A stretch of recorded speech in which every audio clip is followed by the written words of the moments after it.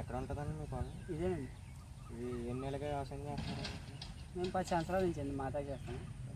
ఎలాంటి పంటలు పండిస్తారండి పొలంలో? స్వర్ణ, పిఆర్పి, 13, 18, XL10 అవి 3-4 రకాలు ఉన్నాయి. మేము వేసింది సార్వాకేమో స్వర్ణ, దాల్వాకేమో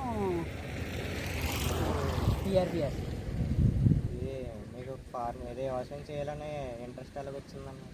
అంటే మా నాన్నగారు ఇదే వ్యవసాయం చేస్తున్నారు. మేము ఇంకా మాకు చదువుకున్నాము జాబులు దాకా ఇంకా ఫార్మర్లో ఇది వ్యవసాయం చేసినప్పుడు కష్టాలు ఎలాగుండేయండి? అంటే వర్షాలు కురిస్తే రైతు పని చాలా అద్భుతం ఉంది. అంటే మొన్న వానలు వచ్చినాయి, చేలేమో పడిపోయినాయి, కొన్ని ఏమో పంటలేమో నాశనం అయిపోయినాయి. రైతులేమో ఎవరో తగ్గలేదు.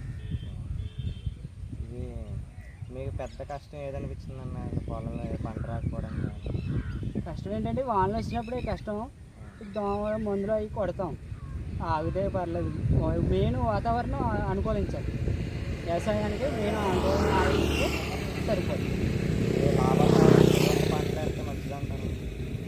మనకు అయితే ఇక్కడ వరి ఎక్కువ, పశ్చిమ గోదావరి జిల్లాలో వరే రెండోది వేస్తాక ఇంకా లేదు.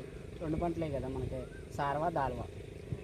ఒకవేళ అమ్మాలంటే ఎక్కడ సిటీలో అమ్ముతారు, లేకపోతే ఇక్కడ నుండి డైరెక్ట్ అమ్మేస్తారండి చేయలేమో. ఇప్పుడు వస్తారండి, వస్తే మా రైతులు ఉంటే సైడ్ల కింద, లేకపోతే అంటే కొనుక్కుంటారు ధరకి ఉన్నవాళ్ళు.